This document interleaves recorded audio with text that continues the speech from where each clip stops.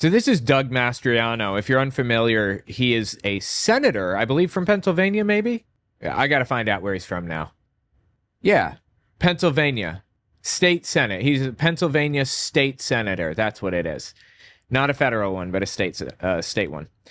He's a QAnoner, a full-blown QAnoner, and I will make my case for that in a second.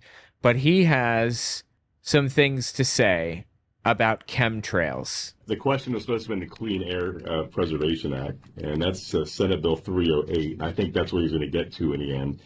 So what we have proposed, I've received complaints from my constituents, actually from people from across the state, on weather-altering techniques. And this is not... Weather-altering techniques. They're not doing chemtrails, okay? Jesus Christ. I'll tell you what these people do. These chemtrail nutcases, they start with an absolutely insane position, which is the government is spraying mind-controlling chemicals into the atmosphere so that they can, like, alter your brain and all this other crazy stuff. And that eventually slowly changes when they're pushed on it. It slowly morphs into jets burn fuel while they fly through the sky. Amat and Bailey. They start with something insane and move to a more reasonable position when they have to defend that position. So Mastriano was told that there are chemicals being sprayed into the skies and weather modification and shit. All right? Weather altering techniques. And this is not conspiracy. Yes, it is. This is like this is the quintessential example of conspiracy. This is a conspiracy that's existed since before conspiracy theories were cool. I'd ask people to look to the skies first off. What we see happening above us is not normal.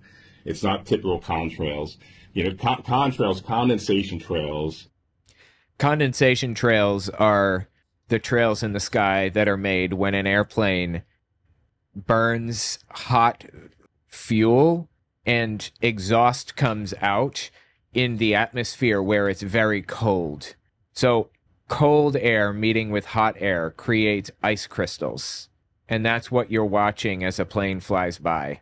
And it depends on the temperature and the time of day and the everything else whether contrails are going to form. They don't always, to my understanding. But when they, when people see them, when QAnon nutcases see contrails, they immediately think the government's spraying chemicals into the air to brainwash me. Jesus, dude. Or when ice crystals form in the aftermath and the exhaust of the heated exhaust of jet aircraft. And those normally, depending on humidity in the sky, dissipate between 30 and 90 seconds. Not necessarily, no. What are you talking about? Contrails dissipate within 30 and 90 seconds? Hang on.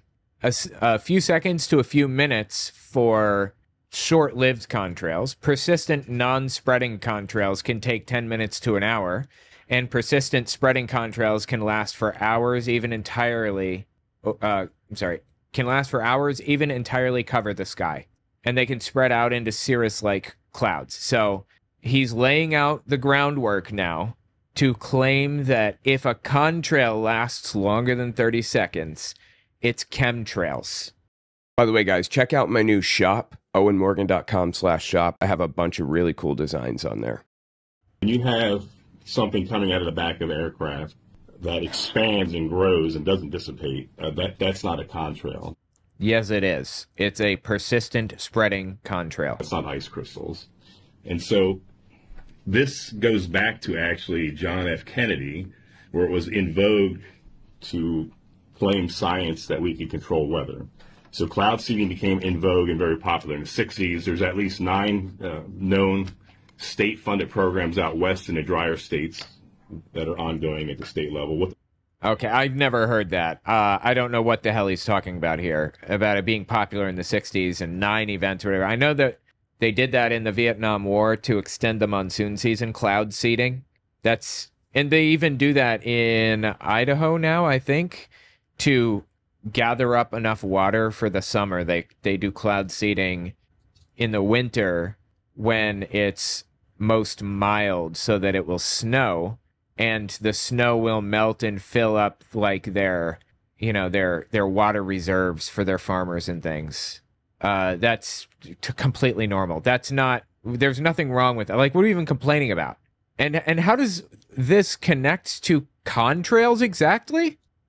You know something else these people do? Like, if they can't back their way into, well, jet fuel is blah, blah, blah, they'll just try to prove that airplanes can release things out the back. As though, like, pilots on farms haven't been spraying pesticides on their food with, like, crop dusters for, like, ever. Yes, we all knew that farmers did that shit. The federal government's doing it. Actually, that's what we have our questions. Actually, in Chambersburg, Franklin and Fulton counties, there was a group of people experimenting in the skies over Franklin County. There was a group of people, he says, experimenting in the skies. Okay. And that resulted in a General Assembly in 1967 passing a law to regulate weather modification, and it basically couldn't do it. There was a bunch of folks using weather balloons filled with silver iodide cloud seeding efforts in the counties. They were doing this to supposedly stop hailstorms that were a problem back then. Supposedly?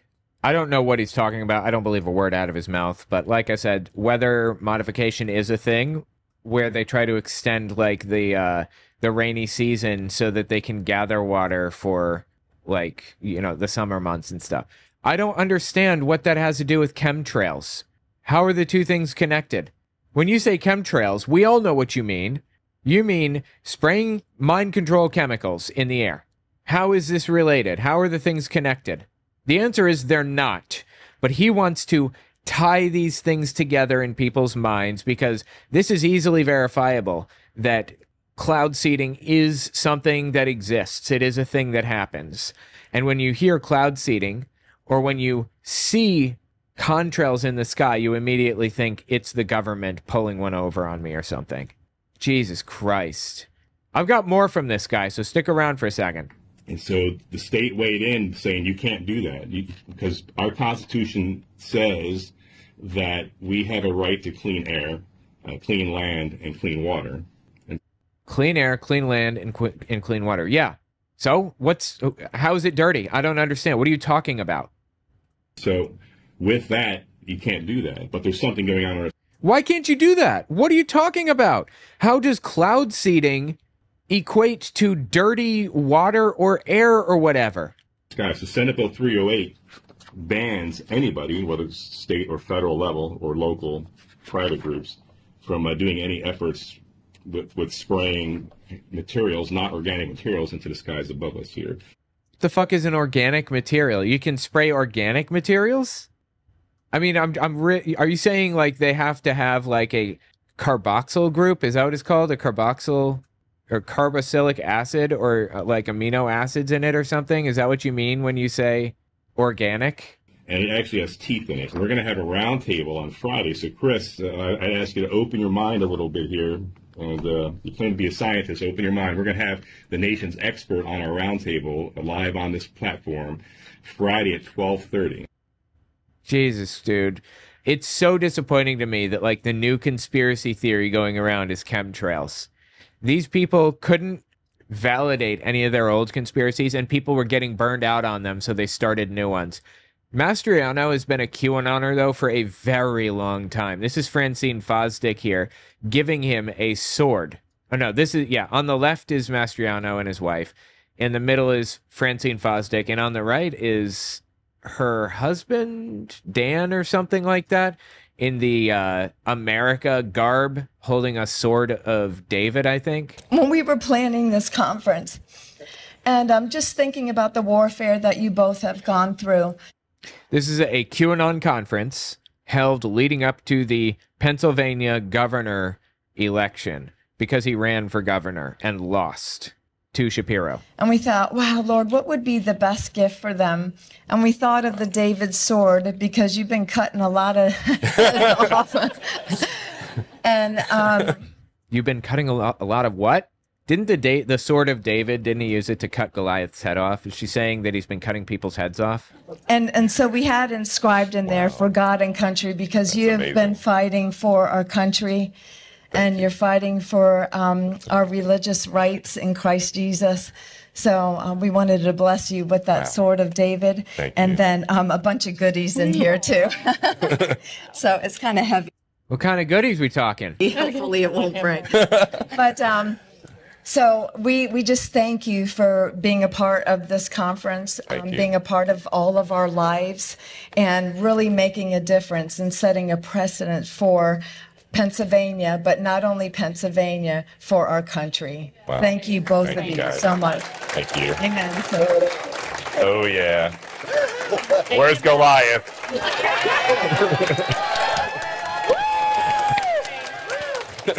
Thank you. You're welcome. Bless you. What the fuck are you supposed to do with that? I took an airplane here. Did they get him a what do you call it? A scabbard? Is that what it is? What the hell is the word? I'm suddenly completely blanking on the name of the thing that the sheath. The sheath. Did they get him a sheath for that thing? I hope so. How's he supposed to take it on a plane for real? These people are so fucking ridiculous. All right, check this one out. This is him speaking at the conference leading up to running for governor. God is really working in our state. I know things are dark. I know it's not going to be easy, but we're going to win on May 17th with your help. He lost.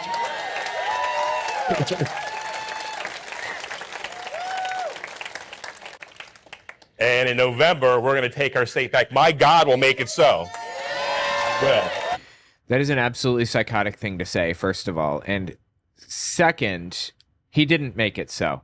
So do you now not believe in your God or whatever? What are the consequences of you believing your God was going to do something and then he doesn't? Are there consequences in your mind? Did you rethink literally a single damn thing? Of course he didn't.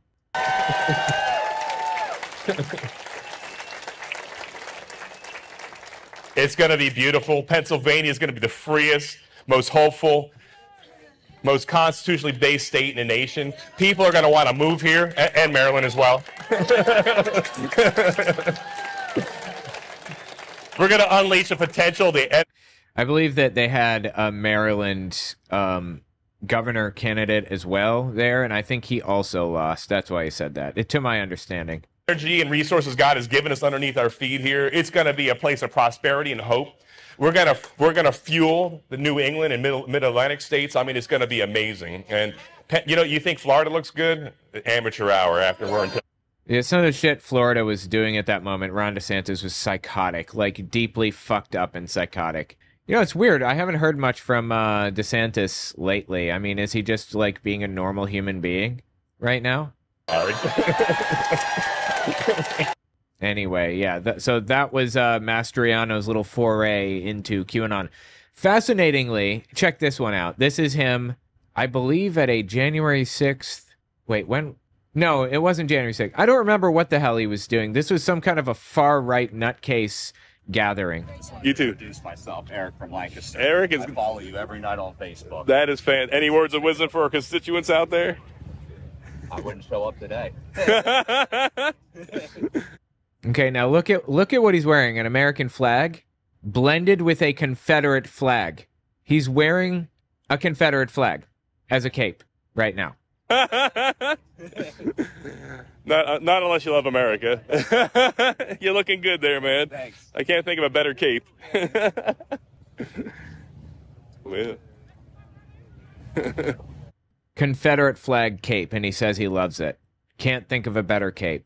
Absolutely disgusting. And then there's this little ditty right here. I don't know if you guys remember this one. This one is probably the most psychotic thing that he's said in a while. On day one, the sexualization of our kids, pole dancing, and all this other crap that's going on will be forbidden in our schools. He thinks pole dancing is happening in schools.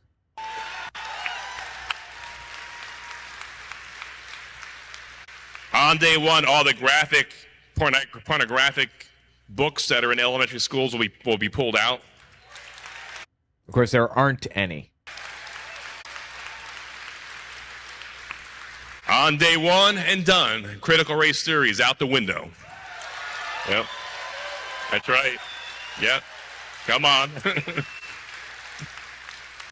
So anyway, that's Mastriano. Absolutely psychotic. Dude needs help. And now he's pushing the chemtrail conspiracy theory. And unfortunately, I now live in Pennsylvania, so I have to deal with this stupid shit too. I can't just like look from afar and see how fucking stupid this shit is. Of course, when I lived in New York City, I had Eric Adams to deal with. So, you know, I guess we all have idiot politicians that are out of their heads to deal with. Check this one out. You know, as one of the faculty historians, you know, there's a handful of us that are actually doctors of history. Faculty historians. Yes, he was a historian. He was faculty historian. They all dressed up as like some historical figure, and he decided to dress up as a Confederate soldier. And he took this picture, and he was criticized mercilessly for it, rightfully so, by the media. Full of us that are actually doctors of history at the War College at the time, and gave many tours, hundreds of tours of the battlefield, which is just 40 minutes south of War College. And like I said, it's around the corner from my house here. And I think it's important we understand the past so to have a better future, and also not to repeat the mistakes of the past. And so, you know, I know, God have mercy on your soul. You know, what's the irony was, you know, there I am just dressed up as a regular soldier. All the leaders of the Confederacy were Democrats. All the slave. This is fucking vile. Yeah, okay. They were all Democrats. And were they left-wingers or were they right-wingers? Were they conservatives or were they liberal? They were conservative nutcases, of course, and he knows that. As a historian, he cannot possibly not know that that's the case. He's just lying. Holders, which made up a very small proportion of the Confederate Army that were slaveholders, that were Democrats. A small portion of the Confederate Army were slaveholders that were conservative. They were conservatives. If we were around, or if they were around today, they would be hardcore MAGA nutcases. So anyway, this bit about them not holding slaves or whatever, I don't believe this is true. In deep South states, at the height of you know, slavery in the United States, like 1860, I believe we had as many as 40% of, like, say, Mississippi, for example, owning slaves. 40% of Mississippi households owned slaves. So this whole not a majority shit, I couldn't possibly care less if it was a majority. It was too fucking many. And I don't know what that has to do with anything. Why would I give a shit if the majority were slaveholders? It does not matter. Anyway, yeah, he's just a vile sack of shit. It's the bottom line. That's what I'm trying to communicate. To wear a Confederate uniform like that shit. What? Anyway, tell me your thoughts.